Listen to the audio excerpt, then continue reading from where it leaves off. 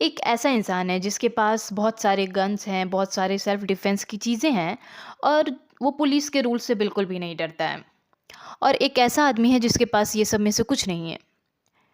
पर जिसके पास ये सब कुछ है, वो दूसरे पे अटैक कर देता है, निहत्थे पे अटैक कर देता है एक तरह से समझिए। और इस बात को दुनिया ये कह के जस्टिफाई कर दे कि ये सेल्फ डिफेंस में किया गया है। तो कैसा लगेगा सुनने में? ऑड है ना? यही हो रहा है इज़राइल और ईरान के बीच। आज का वीडियो इमोशनल नहीं लॉजिकल होने वाला है। आज हम प्रोपेगेंडा पे नहीं फैक्ट्स की रोशनी में बात करेंगे। हेलो दोस्तों, मैं हूं Aliya, welcome back to my channel. आज का टॉपिक सिर्फ इजराइल या ईरान का नहीं है। आज का टॉपिक दुनिया के रूल सब के लिए सेम क्यों नहीं है, इस बात पे होगा। अगर आप वॉर से कंफ्यूज हो रहे हो कि क्या चल रहा है, न्यूज़ पे डाउट कर रहे हो और सच में समझना चाहते हो कि क्या दुनिया में हो रहा है, तो ये वीडियो आपके लिए है।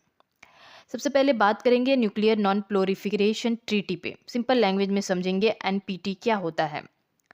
इस ट्रीटी का मतलब है जो कंट्री न्यूक्लियर वेपन नहीं रखती वो नहीं बनाएगी, जो रखती है वो दूसरों को थ्रेटन नहीं करेगी, सब पर इंटरनेशनल इंस्पेक्शन होगा। अब ये इस तरह समझिए कि एक स्कूल का रूल बुक जैसा है, ठीक है। अब इस बात को हम लोग वर्ल्ड में कैसे इसको अप्लाई किया गया है, इसको हम एक सिंपल रियल लाइफ एग्जांपल से समझते हैं। जैसे स्कूल में कोई रूल बना दिया गया कि कोई स्टूडेंट स्कूल में नाइफ नहीं लेकर आएगा, चाकू नहीं लेकर आएगा, बैग चेकिंग होगी, ठीक है। एक स्टूडेंट है बैग चेक करवाता है, नाइफ नहीं रखता है। दूसरा स्टूडेंट है नाइफ रखता है, बैग चेकिंग को मना कर देता है, रिफ्यूज़ कर देता है। और फिर इसके बाद, इन सब के बाद टीचर ये बोलते हैं कि नाइफ जिसके पास है उसको छोड़ दो, नाइफ ना रखने वाले पे डाउट करो कि शायद उसके पास हो सकता है। Sounds unfair? Welcome back to world of politics. अब यहीं से हमारी असली कहानी शुरू होती है। Iran versus Israel. अब पहले ईरान की पोजीशन समझते हैं। ईरान ने एनपीटी को साइन किया हुआ है। इंटरनेशनल एटॉमिक एनर्जी एजेंसी को इंस्पेक्शन अलाउ करता है कि वो कभी भी आके कंट्री में इंस्पेक्ट कर सकते हैं। नो डिक्लेयर्ड न्यूक्लियर वेपन्स मिले हैं वहाँ पे, ऐसा साबित हुआ है वहाँ कई बार। ईरान हर बार बोलता है कि आइए इंस्पेक्ट करिए, ठीक है। अब इसराइल की पोजीशन समझते हैं। इसराइल ने एनपीटी को साइन ही नहीं किया है और किसी भी तरह के इंस्पेक्शन को रिफ्यूज़ करता है। एक्सपर्ट्स के मुताबिक 75 to 400 न्यूक्लियर वेपन्स इसराइल के पास हैं। क्योंकि ये बस अनुमान लगाया जा सकता है, क्योंकि उसने एनपीटी पे साइन भी नहीं किया और इंस्पेक्शन को तो वो साफ साफ मना कर चुका है। इसराइल बोलता है हम कंफर्म भी नहीं करेंगे कि ये सब हमारे पास है, और हम डिनाई भी नहीं करेंगे। हम ना कहेंगे कि हाँ मेरे पास है, ना हम ये कहेंगे कि नहीं है मेरे पास, ठीक है। इसे बोलते हैं न्यूक्लियर ओपेसिटी। अब बात करते हैं प्रिमेटिव स्ट्राइक क्या होता है। इसराइल का सबसे पॉपुलर जस्टिफिकेशन यही है कि वो प्रिमेटिव स्ट्राइक करता है for self defence. Primitive strike का मतलब है एनिमी ने अटैक किया, दुश्मन ने अटैक किया, उससे पहले खुद अटैक कर दो। पर हमें लगता है वो फ्यूचर में कर सकता है, ठीक है। अभी वो अटैक नहीं किया, मगर हमें ऐसा फील होता है कि वो फ्यूचर में अटैक कर सकता है, इसलिए हम अभी पहले ही मार देते हैं उसको, बात ही ख़त्म करते हैं, ठीक है। इस बात को रियल लाइफ एग्जांपल से ऐसे समझते हैं कि अगर आपके पड़ोसी के पास गन है और आपके पास नहीं है, ठीक है, और वो हमसे आके बोले ऐसे कि मुझे लगता है तुम फ्यूचर में मुझे मार दोगे, इसलिए मैं तुम्हें आज ही मार देता हूँ।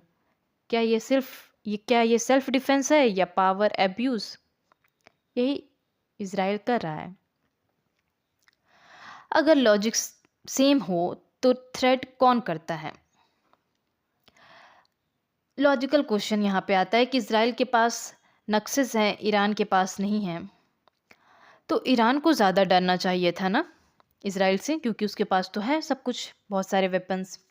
लेकिन प्रीमेटिव स्ट्राइक का गलत और स्ट्रॉन्ग कंट्री यूज़ करती है, गलत यूज़ स्ट्रॉन्ग कंट्रीज़ करती है। कैसे? वीक कंट्रीज़ को ये सब करने ही नहीं मिलता। वीक कंट्रीज़ प्रीमेटिव स्ट्राइक नहीं कर सकती, बस स्ट्रॉन्ग कंट्रीज़ कर सकती है प्रीमेटिव स्ट्राइक। इसे कहते हैं सेलेक्टिव इंटरनेशनल लॉ। और यही पूरा वर्ल्ड पॉलिटिक्स है। जिसके पास पावर है वही सब कर सकता है, वो जस्टिफाई कर सकता है अपने गलत कामों को भी। इराक WMD में कैसे झूठ को एक्सेप्ट किया गया है, ठीक है। इसको बात को समझते हैं। इराक के एक टाइम पे इराक में एक केस चला था 2003 में। कहा गया था कि इराक के पास WMD नहीं, MD है, ठीक है। ये इंटरनेशनल मार्केट में यूएसए इस पे ब्लेम लगाया था, ठीक है। रिजल्ट क्या निकला? बहुत सारे अटैक किए गए, कंट्री डिस्ट्रॉय हुई, मिलियंस ऑफ डेथ। 20 साल बाद ये क्लियर हुआ कि कोई भी WMD वहाँ पे है ही नहीं। तो सवाल फ्यूचर का नहीं है, क्रेडिबिलिटी का है। अमेरिका के पास पावर है और उसी से वो पूरी दुनिया पे पॉलिटिक्स चलाता है। इसराइल का सबसे बड़ा एलाई भी अमेरिका है, यूएस है। अमेरिका मिलिट्री एड देता है, यूएन में वीटो यूज़ करके उसे उसके हर गलत डिसीजन को जस्टिफाई करता है, इंटरनेशनल प्रेशर को ब्लॉक कर देता है हर बार। इसका मतलब है इसराइल लॉ से ऊपर है? बिल्कुल भी नहीं। मगर ईरान को हमेशा सस्पेक्ट में रखता है यही अमेरिका, और यही अमेरिका इसराइल को कहीं ना कहीं लॉ के ऊपर भी रखता है, कह सकते हैं इंटरनेशनल पॉलिटिक्स में। तो ये सब तो हो रहा है, मगर इन सब में असली नुकसान किसका हो रहा है? इन सब में लीडर्स स्पीच देते हैं, मीडिया डिबेट्स करती है, कुछ दिन में सब शांत हो जाता है एक तरह से, फिर धीरे धीरे बढ़ता है, फिर वो शांत होता है, ऐसे ही चल रहा है सालों से।